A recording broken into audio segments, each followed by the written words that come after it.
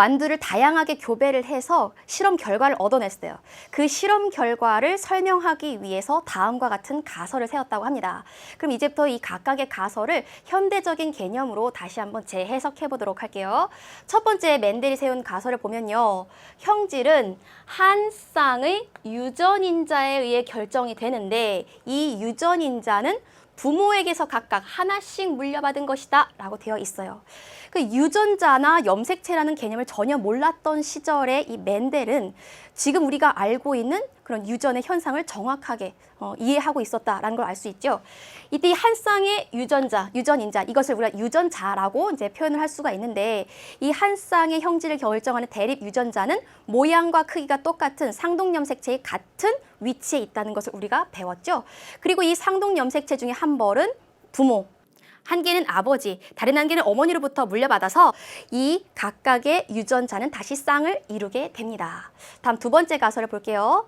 한 쌍의 유전인자는 생식세포를 형성할 때 분리되어 각각의 생식세포로 나누어 들어가고 그런 다음에 각각의 생식세포는 다시 결합해서 자손에게 전달되어 다시 쌍을 이룬다라고 되어 있어요. 이것을 우리가 알고 있는 개념으로 재해석하면요. 한 쌍의 유전인자, 그러니까 각각의 그 유전인자가 들어있었던 상동염색체가 생식세포 분열을 거치고 나면 그 염색체가 서로 분리가 되죠. 분리가 되어서 각각의 생식세포로 들어갑니다. 그런 다음에 이런 생식세포들이 다시 결합을 하게 되면 상동염색체가 짝을 이루게 되죠. 쌍을 이루게 되죠. 이 두 번째 가설은요, 우리가 이제부터 배울 분리의 법칙과 굉장히 밀접한 관련이 있는 중요한 가설입니다. 꼭 알아두시고요. 다음 세 번째 가설 보겠습니다. 특정한 형질에 대한 한 쌍의 유전인자가 서로 다르면 그 중에 하나는 표현되고 다른 하나는 표현되지 않는다. 이때 표현되는 것을 우리가 우성이라고 하고요. 표현되지 않는 것은 열성이라고 했지요. 그럼 이러한 가설을 가지고 그 다음 본격적으로 분리의 법칙에 대한 이야기를 해보도록 할게요. 그림을 먼저 보도록 할게요. 지금 어버이 세대의 두 완두가 있습니다. 이 두 완두 중에서 왼쪽 완두는요, 순종의 둥근 완두예요. 그렇다면 이것을 유전자형으로 쓴다면 둥근 유전자만 가지고 있는 완두가 되겠죠. 다음 오른쪽에 있는 완두는요, 순종의 주름진 완두예요. 그렇다면 이 완두는 주름진 유전자만 가지고 있겠군요. 그럼 이 둘을 타가 수분을 시킵니다. 그럼 각각이 만든 생식 세포들이 결합을 하게 되는데 가지고 있었던 유전 물질의 반을 물려주게 되죠. 그렇죠? 각각의 그 유전 인자들이 분리가 되어서 그 중에 하나씩만 물려주게 됩니다. 그럼 이때 이 둘이 결합해서 만들어진 이 자손을 잡종 일대라고 하는데 이 잡종 일대의 유전자형은 이쪽으로부터 둥근 유전자, 이쪽으로부터 주름진 유전자를 물려받음으로 잡종이 이런 형태가 되겠죠. 그런데 이때 이 완두는요, 둥근 유전자와 주름진 유전자를 모두 가지고 있습니다. 이러한 경우에 잡종 일대에서는 우성만 발현되게 되죠. 즉, 잡종 일대에서 모두 둥근 완두만 나타나게 됩니다.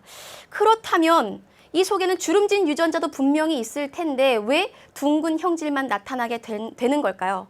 주름진 유전자가 없어져서 그럴까요? 아니면 주름진 유전자가 숨었기 때문일까요? 멘델도 그러한 과정이 왜 일어나는지 너무 궁금했어요. 그래서 멘델은 한 단계 더 나아갑니다. 어떻게? 이 잡종의 둥근 완두를 자가 수분시킵니다. 자가 수분시킨다는 것은 자기끼리 교배를 한다는 것이죠.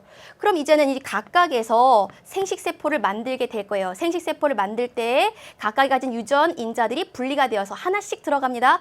그렇게 해서 자손이 만들어졌더니 이때 만들어진 자손을 잡종 2대라고 할게요. 이때 잡종 2대에서 나타난 자손을 보면요, 둥근 완두뿐만 아니라 주름진 완두도 나타나는 것을 알 수가 있습니다. 이때 이 둥근 완두가 3개 만들어질 때요, 주름진 완두는 하나가 만들어지는 이렇게 3대1의 일정한 비율로 만들어진다는 걸 멘델이 알아냈어요. 그럼 이게 왜 중요하냐? 둥근 잡종 완두끼리 교배를 했더니 둥글지 않은 열성 형질이 발현되는 이런 주름진 완두가 만들어졌다 하는 거죠. 열성이 발현되는 자손이 만들어졌다 하는 것이죠. 그럼 이제부터 이 과정을 다시 유전자형으로 좀 정리를 해볼게요. 둥근 순종 완두는 둥근 유전자만 가지고 있습니다. 그리고 주름진 순종 완두는 주름진 유전자만 가지고 있죠. 이 각각을 어버이 세대라고 할게요. 그러면 자신이 가지고 있는 유전 물질 중에 반을 물려주게 됩니다. 유전인자가 분리가 되죠. 그럼 둥근 완두는 둥근 유전자, 주름진 완두는 주름진 유전자만 물려줄 수가 있어요. 그럼 이때 만들어진 생식세포의 종류는 각각 한 가지씩이니까 만들어질 수 있는 자손도 한 종류밖에 없습니다. 이때 둥근 완두는요, 둥근 유전자, 주름진 유전자를 모두 가지고 있는 잡종인데요. 이때 이 완두는 둥근 형질만 나타나게 되죠. 왜? 둥근 유전자가 주름진 유전자보다 우성이기 때문이죠. 그런데 이런 둥근 완두를 자기끼리 교배를 시켰습니다. 그래서 둥근 완두 암술에서도 생식세포를 만들고 수술에서도 생식세포를 만들 텐데 각각의 생식세포를 만들 때 가지고 있었던 유전 물질들이 또 분리가 되죠. 그래서 둥근 유전자 또는 주름진 유전자, 수술도 둥근 유전자, 주름진 유전자 각각의 이런 생식세포를 만듭니다. 왼쪽을 암술, 오른쪽을 수술이라고 생각하면 돼요. 그럼 이런 각각의 생식기관에서 만들어진 생식세포가 결합을 한다고 생각해 봅시다. 둥근 유전자들끼리 만나면 둥근 유전자만 있는 순종 완두가 될 거고요. 이쪽으로부터 주름진 유전자, 이쪽으로부터 둥근 유전자 물려받은 잡종이 될 거고요. 이쪽으로부터 둥근, 이쪽으로부터 주름진 유전자 물려받으면 잡종. 양쪽으로부터 주름진 유전자를 물려받으면 순종의 주름진 완두가 될 겁니다. 그럼 여기에서 유전자형을 정리해 보도록 할게요. 유전자형은 총 몇 가지가 있나요? 지금 이 결과에서 보면 둥근 순종 완두, 그리고 잡종 완두, 그리고 주름진 순종 완두 총 3가지 경우가 있죠. 각각 몇 대 몇 대 몇? 이거 하나 만들어질 때 잡종은 2개 만들어지고 열성 순종 하나, 1대 2대 1의 비율로 나타납니다. 그럼 표현형을 한번 생각을 해볼게요. 둥근 유전자만 가지고 있다면 당연히 둥글겠죠. 둥근 유전자와 주름진 유전자를 동시에 가지고 있다면 우성형질인 둥근 표현형이 나타날 거고요. 주름진 유전자만 가지고 있다면 주름진 형태로 나타날 겁니다. 따라서 둥근 것 대 주름진 것이 3대 1의 비율로 계속 반복 실험을 해도 이렇게 규칙적인 이런 비율로 분리된다는 걸 알게 되었어요. 그럼 이러한 현상은 도대체 왜 일어나느냐? 한 쌍의 대립 유전자가 생식세포를 만들 때 이것이 분리되어서 각각의 생식세포로 들어가기 때문입니다. 그리고 이러한 생식세포들이 다시 결합해서 한 쌍의 유전자 쌍을 이루기 때문이죠. 이러한 법칙을 바로 우리는 분리의 법칙이라고 하고요. 잡종 2대에서 우성 대 열성이 항상 3대 1의 규칙적인 비율로 나타난다는 것을 알 수가 있습니다. 그러면 이 완두 모양에 대해서만 살펴봤는데요. 다른 형질에 대해서는 분리의 비가 성립하지 않을까요? 그 다음 그림 볼게요. 멘델이 대립 형질 사이의 관계를 알아보기 위해서 이렇게 교배한 결과입니다. 완두 모양은 우리가 좀 전에 살펴봤듯이 잡종 1대를 자가수분시켰을 때 나오는 잡종 2대는 둥근 것 대 주름진 것이 3대 1의 분리비로 나왔어요. 완두의 색깔도 황색 대 녹색이 3대 1, 완두 키도 큰 것과 작은 것이 3대 1, 이렇게 우성이 3일 때, 우성이 3일 때 열성이 1의 비율로 이렇게 규칙적으로 나타나게 됩니다. 따라서 완두 모양, 색깔, 키 모두 다 분리의 법칙이 성립한다고 할 수 있겠습니다. 그럼 이제부터 지금까지 배운 내용을 정리해 보도록 할게요.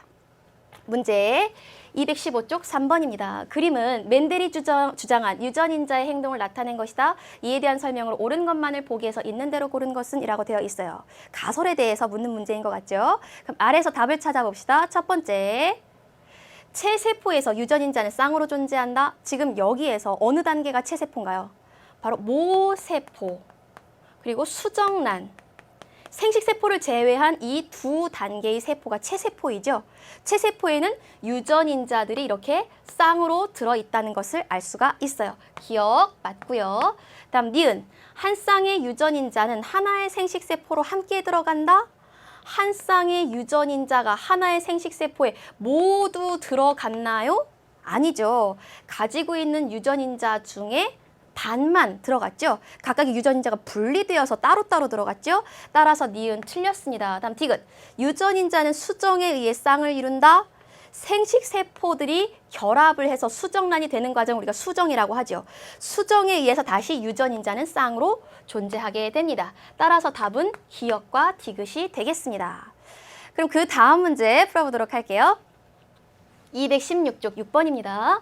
표는 완두의 씨 모양 형질의 특징을 특징 가와 완두 P에서 유전자의 위치 나를 염색체에 나타낸 것이다. 이에 대한 설명으로 옳은 것만을 보기에서 있는 대로 고르시오 라고 했어요. 그럼 아래에서 바로 답을 찾아보도록 할게요. 첫 번째, 완두 C 모양의 표현형은 세 가지다. 이건 어디서 알 수 있을까요? 가를 볼게요. 한 쌍의 대립 유전자에 의해 유전 형질이 결정되는데 대립 유전자는 우성인 것과 열성인 것이 있고 우성인 것은 열성인 것에 대해서 완전 우성이다. 그러니까 즉 대립 형질이 이 두 가지라는 것이죠. 따라서 완두 씨 모양에 대한 표현형은 세 가지가 아니라 두 가지라는 것을 알 수가 있고요. 기억 틀립니다. 다음 니은. 완두 P에서 대립 유전자 A를 가진 생식세포와 이 대문자 A는 우성 유전자죠. 소문자 A, 열성 유전자를 가진 이 생식세포가 나타나는 비율은 1대 1이다. 지금 여기 있는 이 그림을 볼게요. 지금 우성 유전자, 열성 유전자가 있는데요. 이것이 생식세포를 만들 땐 각각이 분리되어 들어가죠. 그럼 우성 대 열성은 1대 1의 비율로 생식세포를 만들게 되지요. 따라서 니은 맞고요. 다음 디귿 보도록 할게요. 완두 P를 자가 수분시켰을 때 P와 동일한 표현형을 가진 자손이 나올 수 있다. 그럼 이 과정을 옆에다가 우리 한번 써보도록 할게요.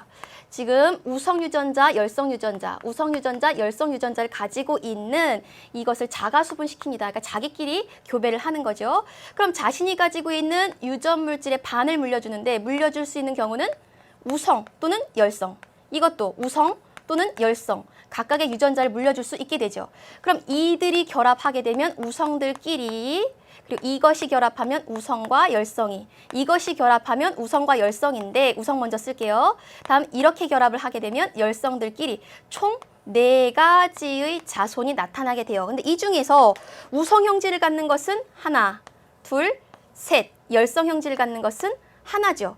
그렇다면 이 P와 동일한 표현형이라고 했어요. 우성인 표현형을 갖는 자손은 4개 중에 3개에 해당하죠. 따라서 4분의 3의 확률로 나타나게 됩니다. 그래서 정답은 니은과 디귿이 되겠습니다.